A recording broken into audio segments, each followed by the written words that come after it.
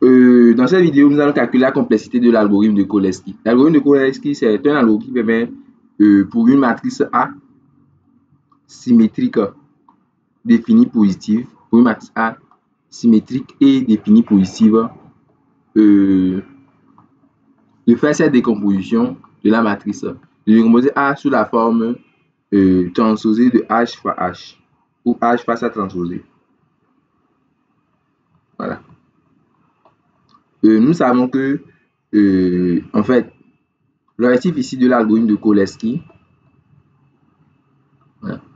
L'objectif de l'algorithme de Cholesky, c'est de trouver la matrice H, de trouver H. Nous savons que cette égalité, voilà, lorsqu'on prend H une matrice triangulaire supérieure, H matrice triangulaire supérieure, H matrice triangulaire supérieure, permet de trouver H avec ses coefficients. On va poser A à la matrice dont les coefficients sont les AIJ et H, ces coefficients qui sont les HIJ. L'égalité là permet de trouver A égale à transposé de H fois H. Quand on développe cette égalité, on trouve deux relations qui permettent de trouver la matrice H. Voilà. La première qui permet de trouver les coefficients diagonaux, HII égale à racine carrée de AII moins quoi? Moins la somme de HKI carré.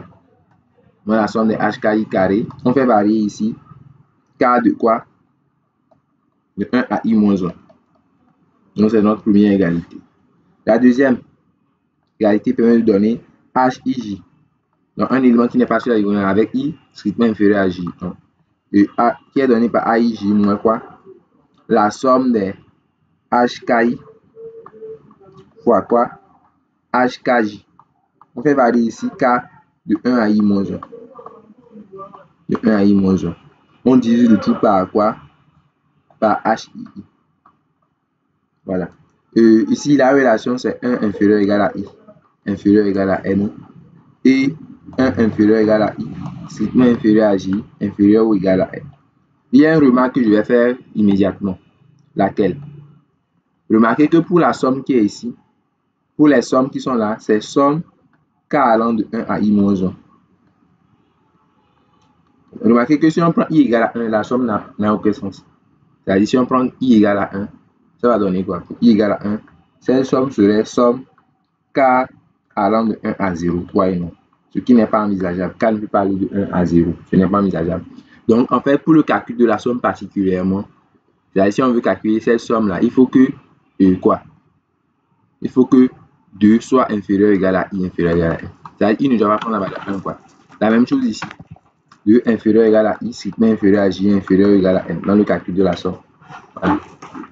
Donc, en gros, si je veux calculer H11, je vais faire la racine carrée de A11, il n'y aura pas de somme là-bas. Si je veux calculer H1, ça sera juste la racine carrée de A1. Donc, ok, allons-y alors. Voilà. Donc, on y va. Donc, on va calculer d'abord la complexité en nombre de... Bon, prenons les plus simples. On va calculer la complexité en nombre de soustractions pour commencer. Donc, complexité en nombre de soustractions. Complexité en nombre de soustractions. Il y a combien? Je vais appeler ça N1, le nombre total de soustractions. Notez que dans la première formule, il y a ici une soustraction. On est d'accord. Et cette soustraction est faite pour I allant de quoi? De 1 à N. La soustraction. Mais bon, est-ce qu'on fait une soustraction pour I égale à 1? Parce que, en fait, pour I égale à 1, il n'y aura pas cette somme, comme je vous l'expliquais. Pour I égale à 1, il n'y aura pas la somme K allant de 1 à I moins 1. Parce que si on remplace I par 1, ça va devenir somme K allant de 1 à 0. Donc, pour I égale à 1, il n'y a pas de somme. Il n'y a pas de soustraction plutôt. Il n'y a pas de soustraction. Il n'y a pas de somme, donc pas de soustraction. Donc, je vais faire la somme à partir du 2.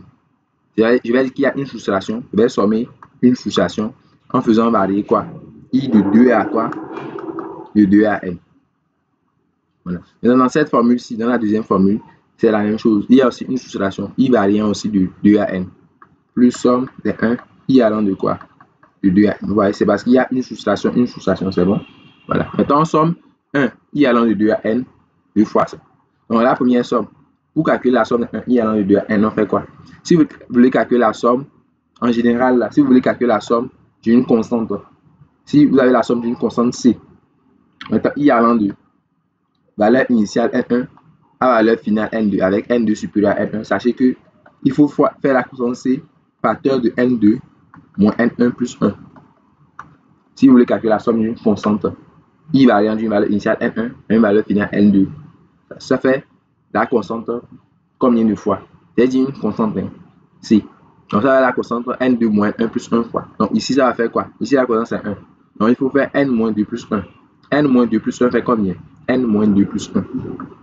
Mais N moins 2 plus 1 ici. Et de l'autre côté aussi, N moins 2 plus quoi? 1. Ça fait N moins 1, n'est-ce pas? N moins 1 pour chacun d'entre eux. Donc ça fait 2 fois N moins 1, c'est-à-dire 2N moins 2. On est d'accord. Donc ça, c'est la complexité en nombre de soustractions. Nous allons calculer la complexité en nombre de divisions. Complexité en nombre de soustractions. Complexité en nombre de divisions. En nombre de divisions. On va l'appeler N2. Donc, il y a combien de divisions au total? Notez que ici il y a une division. Vous voyez cette division-là? Voilà. C'est au niveau de la deuxième formule qu'il y a une division. Mais remarquez que cette division est valable même pour I égale à 1. Et vous voyez ça? Même pour I égale à 1. I égale à 1, il n'y aura pas la somme. C'est ça que je vous expliquais. Que pour I égale à 1, il n'y aura pas la somme. Mais vous voyez qu'il y aura toujours la division. Pour I égale à 1, il y a la division. Pour I égale à 2, il y aura la division partout. Voilà. Donc, ça veut dire que pour calculer le nombre de divisions, il faut faire la somme I allant de 1 à N, pas de 2 à N. Il faut faire I allant de 1 à N là-bas pour calculer le nombre de divisions. Donc, N2 serait quoi? La somme des 1, I allant de quoi? De 1 à N, tel que je viens de l'expliquer. Il n'y a pas de division dans la première formule. Dans la formule H, il n'y a pas de division. Donc, on fait le calcul. Donc, ça sera quoi alors? N moins 1 plus 1, n'est-ce pas? Ça donne alors N. Donc, ça fait N division. Donc, une fois qu'on a calculé la complexité en nombre de soustractions, en nombre de divisions, on va calculer la complexité en nombre d'addition. Voilà, en nombre d'addition. Complexité en nombre d'addition. En nombre d'addition. Il faut voir combien d'additions nous avons au total. Donc, on va compter N3, le nombre d'additions. Maintenant, il y a une remarque que je vous fais. Si vous avez la somme, si vous avez cette somme des AI, I allant de 1 à 4 par exemple, ça fait combien d'additions? A1 plus A2 plus A3 plus A4. Ça fait combien de plus qu'on a? Vous voyez qu'il y a 3 symboles plus. Il y a 3 plus. En général, je vous dis que quand c'est la somme I allant de 1 à N, il y aura N moins 1 addition. 4 moins 1. C'est ça qui correspond à 3. Quoi. Donc, quand vous avez une somme, en fait, I allant de 1 à quelque chose, vous faites valeur finale moins valeur initiale pour connaître le nombre d'additions en gros. Donc, ici, quand j'ai la somme de HKI carré 41 à I moins 1, je vais dire qu'il y a I moins 1 moins 1 addition, c'est-à-dire I moins 2 addition. Bien évidemment, pour I moins 2, pour que I moins 2 soit possible, il faut que I soit supérieur ou égal à 2. Voyez, I moins 2. Parce qu'on ne doit pas avoir un nombre d'addition qui est négatif. I moins 2 doit être positif. La même chose pour l'autre. Donc, on voit que dans la première formule, dans la formule 1, ça fait I moins 2 addition. Puisqu'il faut faire I moins 1 moins 1, ça fait I moins 2. Avec I moins 2 positif. Et donc, I supérieur ou égal à 2. Donc, vous allez faire la somme de I moins 2 pour 2 inférieur à I inférieur à N. Ici aussi, c'est I moins 2. Dans la deuxième formule, c'est aussi I moins 2. Mais pour 1 inférieur à I inférieur à J inférieur à N. Donc là-bas, nous allons dire que le nombre d'additions est N3 égal à quoi? Il faut faire la somme de I moins 2. D'abord, pour I allant de 2 à N. Et ensuite, il faut sommer quoi? Il faut sommer les I moins 2. Pour quoi? Pour 2 inférieur ou égal à I, strictement inférieur à J, inférieur ou égal à quoi? À N. Donc, c'est cette somme qu'il faut calculer. Pour calculer ces genres de sommes, vous pouvez aller très vite. Voilà. En fait, en temps normal, la somme de I moins 2 là, je vais l'écrire comme la somme de I moins la somme des 2. En temps normal, c'est ce qu'on devait avoir. Somme de I moins 2 égale somme de I moins somme des 2. Mais ça nous permet de calculer. Ça se ramène à deux sommes. Alors qu'il est possible de ramener cette somme à une seule. En quoi faisons? Vous pouvez ramener cette somme en une seule somme. En quoi faisons précisément? Vous allez poser T égale à I moins 2. On va faire un changement T égale à I moins 2, K égale à I moins 2, peu importe. Dans ce cas, je remplace I moins 2 par T. Vous allez voir que lorsque I est égal à 2, lorsque I égale à 2, T est égal à 0. Donc T égale à 0 initialement. Lorsque I est égal à N, T va donner N moins 2. Voilà. Vous voyez ça, non? Maintenant, ici, cette double somme, en fait, bon, tout d'abord, avant de remplacer, je vais réécrire cette double somme d'abord, ok? Et cette double somme, ça fait la somme, parce que c'est I et J, je l'appelle double somme parce que, bon, il y a IJ. Donc, je vais mettre somme de I moins 2, voilà. Maintenant, I varie de quoi à quoi et J varie de quoi à quoi. Vous voyez que I est supérieur ou égal à 2 et I est inférieur ou égal à N. Bon, ou bien I est supérieur ou égal à 2 et I est strictement inférieur à J. Je peux voir la chose comme ça. Donc, I varie de 2 à J. I varie de 2 à J. I supérieur ou égal à 2 et I strictement inférieur à J. Donc, I égale à 2, I variant de 2, mais I ne peut pas prendre la valeur J. Donc, j'ai mis I strictement inférieur à J. Donc, là, la valeur de I, c'est J-1, puisque I est strictement inférieur à J. Donc, c'est J-1 ici. Maintenant, je vais dire que J lui varie de quoi à quoi. Notez que J de est strictement inférieur à J, inférieur ou égal à N. Donc, J, la valeur minimale de J, c'est 3. La valeur minimale de J, c'est 3. Donc, je vais mettre J allant de quoi? Que J est strictement supérieur à 2. Donc, J va de 3 à quoi? À N. Voilà. Maintenant, arrivé ici, là, je vais remplacer le I-2 aussi par T pour simplifier ma tâche. Donc, arrivé ici, je vais remplacer le truc là par T. Donc, je vais écrire que N3 est égal à quoi? N3 égale cette somme. Voilà, ça fait quoi? Je vous rappelais, en fait, vous devez savoir que la somme de N, la somme des K allant de 1 à N, ça fait quoi? La somme des K allant de 1 à N, ça fait quoi? Ça fait N fois N plus 1 sur 2, formule à connaître. Somme des termes d'utilité arithmétique. Donc ici, bon, le 0 ne va rien changer. Parce que T égale à 2, ça ne change rien à la somme. Donc c'est T allant de 1 à N-2. Vous pouvez voir ça comme somme. Et T allant de 1 à N-2. Le 0 ne change rien. On est d'accord. Maintenant, ici, je vais remplacer I-2 aussi par T. Donc j'aurai somme des quoi? Des T. Puis pour T égale I-2. Pour I égale à 2, T va donner 0. T va donner 0. Et pour I égale à J-1, T va donner quoi? T, c'est I-2. Donc, on remplace I par J-1, ça va donner J-3. J-3. Et J varie de 3 à quoi? À N. Ce qui fait somme. Donc, comme je le disais, la somme T allant de 1 à N-2, ça fait. Donc, ici, il faut remplacer N par quoi? Par N-2. Donc, ça sera N-2, facteur de N-2 plus 1 sur 2. N-2 plus 1 là, ça fait N-1 sur 2. Plus maintenant la somme J allant de 3 à N. Ici aussi, on va faire la même chose, mais avec J-3 pour N. Donc, ça sera J-3, N, facteur de N plus 1, J-3 plus 1. J-3 plus 1, ça fait J-2. Donc, sur 2. Voilà. Ouais, non. Maintenant, de la même façon, cette somme qui est ici, là, je peux vouloir la développer, en fait. Je peux vouloir développer cette somme. Voilà. Mais, comme je vous l'ai expliqué, il est préférable de faire un changement invariant. Donc, je vais faire un autre changement. Je vais poser K égale à J-3, par exemple. Je vais donner un nom à ça, là. Si je développe, j'aurai J carré moins 5J plus 6. Ça va donner 3 sommes. Mais je peux me ramener juste à 2 sommes en faisant le changement K égale à J-3. On verra bien ce que cela va donner. Si on remplace K par J-3, nous aurons ici quoi? Nous aurons N-2 fois quoi? N-1 sur 2 plus la somme. Donc K c'est J-3. Pour J égale à 3, vous verrez que K c'est 0. Et pour J égale à N, K c'est quoi? C'est N-3. Donc j'ai posé K égale à J-3. Donc vous aurez K ici. Donc si vous tirez J, ça fait quoi? Ça fait K plus 3, non? Donc quand on remplace J par K plus 3, vous aurez ici K plus 3 moins 2. Quand on fait K plus 3 moins 2, on trouve quoi? On trouve tout simplement K plus 1 sur 2. Voilà. Et puis là, ici je suis obligé de développer. Je vais écrire ça comme N-2 fois N-1 sur 2. Plus ça, je vais scinder en deux sommes. Donc demi de la somme des K carrés, n'est-ce pas? Pour commencer. K allant de 0 à N-3. Maintenant, plus la somme des K, n'est-ce pas? Plus demi, toujours 1. Fois la somme des K. K allant de quoi? De 0 à quoi? À N-3. En fait, il faut connaître la formule pour calculer la somme des carrés. Sachez que la somme des K carrés pour K allant de 1 à N est donnée par quoi? On fait N d'abord. Ensuite, on prend N plus 1. Ensuite, on fait la somme de N et de N plus 1. Ça donne 2N plus 1. Et on divise tout par 6. Donc, je vais l'utiliser ici. Je vais écrire qu'on a N-2 fois N-1 sur 2 plus demi de quoi? Donc, la somme des K carrés, ça fait quoi? Comme la somme des K carrés, je vais remplacer ici N par N-3. Donc, ça serait N-3. N-3 plus 1, ça fait N-2.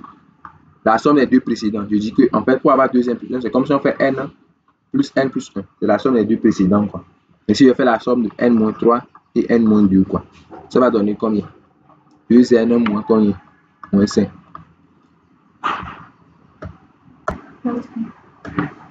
Le tout divisé par 6 plus n moins 3 fois n moins 3 plus on avait n moins 2. Le tout divisé par quoi? Par 2. Donc c'est ça qu'il faut calculer.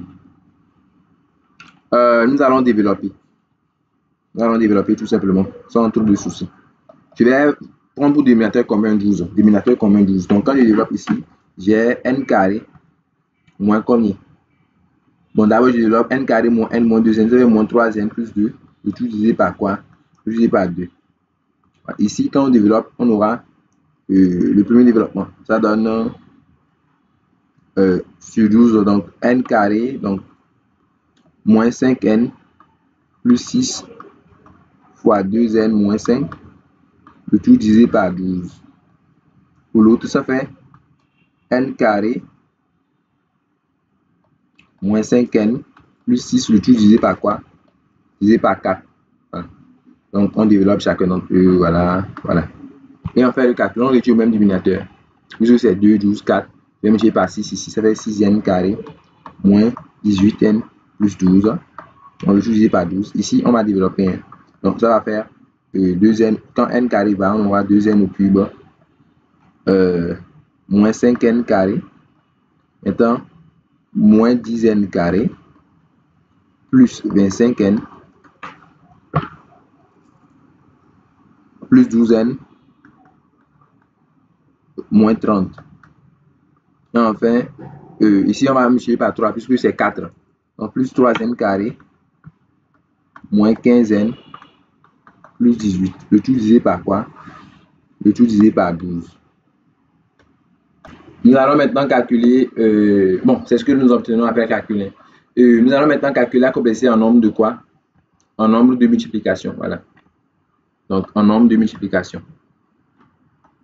En nombre de multiplication.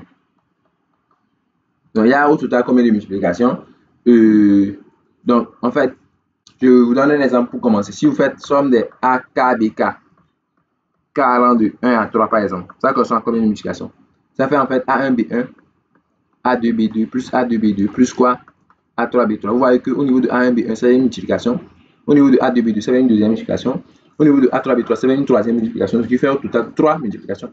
Ce qui veut dire qu'il suffit de prendre en fait la valeur finale quoi. Pour K allant de 1 à 3, il y a 3 multiplications. Parce que pour chaque AK, BK, il y a une multiplication ici. Donc en gros, comme nous avons le cas là, comme nous avons la formule, dans notre formule, il faut voir que ici on a HKI fois HKJ. Voilà. Donc c'est une multiplication qui est faite pour K allant de 1 à I-1. Ce qui fait au total I-1 multiplication. Parce que quand on fait HKI fois HKJ, c'est une multiplication. Et donc on fait cette multiplication combien de fois? Pour K allant de 1 à I-1. Ce qui fait au total I-1 multiplication. De la même façon, ici, il y a I-1 multiplication parce que c'est HKI au carré. Quand on fait au carré, c'est HKI fois HKI. Donc, ça fait aussi I-1 multiplication. Donc, on a I-1 multiplication pour I allant de 2 à N. Parce que pour que cette somme préexiste, il faut que I soit supérieur à 2. Donc, il y a I-1 multiplication pour I allant de 2 à N. Et I-1 multiplication pour 2 inférieur ou égal à I, sigma inférieur à J, inférieur ou égal à N. Donc, il faut sommer les deux multiplications. Donc, voilà. Donc, ça va faire le nombre N4 égale à quoi? Somme de I-1 cette fois-ci. Donc, I allant de 2 à N. Voilà, comme je l'expliquais. I allant de 2 à N. Ici, pour l'autre aussi, c'est la somme de quoi? La somme des... Donc, je vais mettre une somme double. Commencer. Bon, je vais mettre ça d'abord comme ça. Plus la somme de quoi? I-1 pour 2 inférieur ou égal à I. Sigma inférieur à J, inférieur ou égal à N. Soit je peux reprendre les calculs carrément pour cette somme, ou soit je peux m'inspirer en fait de ce qu'on a déjà calculé. Parce que remarquez que pour le nombre d'addition N3 là, à la place de I-1, il y avait juste I-2. Donc la différence est c'est une très petite différence. Donc on peut s'inspirer du calcul de N3 pour calculer N4. Ou soit on reprend carrément ici, on fait le changement T égale à I-1 et tout. Voilà. Donc, il y a les deux façons de faire. Soit je prends carrément, soit je m'inspire du calcul de quoi? Du calcul de N3, le nombre d'addition. Parce qu'il faut remarquer que pour le nombre d'addition N3, ce qu'on a, c'est tout simplement ça. Vous voyez? Donc, à la place de 2, à la place de 1, il y a 2. Somme de I-2, somme de I-2. Donc, ce que je propose, en fait, par rapport à ça, c'est simple. C'est juste d'écrire I-1 en fonction de I-2. En fait, I-1 peut s'écrire tout simplement comme I-2 auquel on ajoute quoi? 1. Comme ça, on peut se ramener à la somme précédente. Donc, arrivé ici, je vais écrire la somme de quoi? I-2 plus 1. I allant de quoi? De 2 à n. De l'autre côté, je vais faire la somme de quoi? De I-2 plus quoi? Plus 1. 2 inférieur égal à I, strictement inférieur à J, inférieur égal à N. Et puis, je vais scinder ça en deux sommes, en fait. Je vais prendre la partie I-2 d'abord, et partie I-2 d'abord. Donc, je vais écrire ça comme la somme de I-2 pour I allant de 2 à N. Et aussi la somme de quoi? De I-2 pour 2 inférieur égal à I, strictement inférieur à J, inférieur égal à N. Après, il va me rester quoi? La somme de 1 plus la somme de 1 pour I allant de quoi? De 2 à N. Et la somme de quoi? De 1 pour 2 inférieur à I, strictement inférieur à J, inférieur ou égal à N. Voilà. Donc, comme je connais déjà cette somme, je vais juste la plaquer. La somme là, c'est déjà calculé. Ça qui est le nombre N3 en fait. Donc, on va voir qu'il reste juste à calculer ce qui précède. Bon, ce qui suit plutôt. Ça, ceci.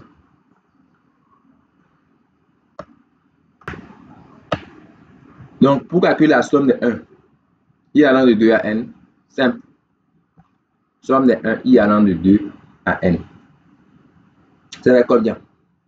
Ça fait N-2 plus 1, n'est-ce pas? Ça fait N-2 plus 1. Donc, ça fait N-1. Pour cette somme qui est ici, ça fait N-1. N-2 plus 1, donc N-1. Maintenant, pour l'autre somme, on va scinder ça en deux, comme la somme de 1. On fait I varie de quoi? De 2 à I est strictement inférieur à J. Donc, I varie de 2 à J-1. Voilà, J est strictement supérieur à 2. Donc, J, lui, sa valeur minimale, c'est 3 à N. Voilà. Donc, ça fait N3 plus N-1 plus. Voilà, maintenant, somme J allant de 3 à N de quoi? Somme de 1. On fait J-1 moins 2 plus 1. On fait final moins initial plus 1. J-1 moins 2, ça fait J-3. Quand on fait plus 1, ça va donner J-2. J-2. C'est là que je vais faire un changement. Je vais poser T égale à. Donc, on va faire le changement T égale à J-2. Par exemple, T égale à J-2. Comme ça, je pourrais écrire N3 plus quoi? Plus N-1 plus la somme des quoi? Des T. Maintenant, vous allez voir que pour J égale à 3, T donne combien?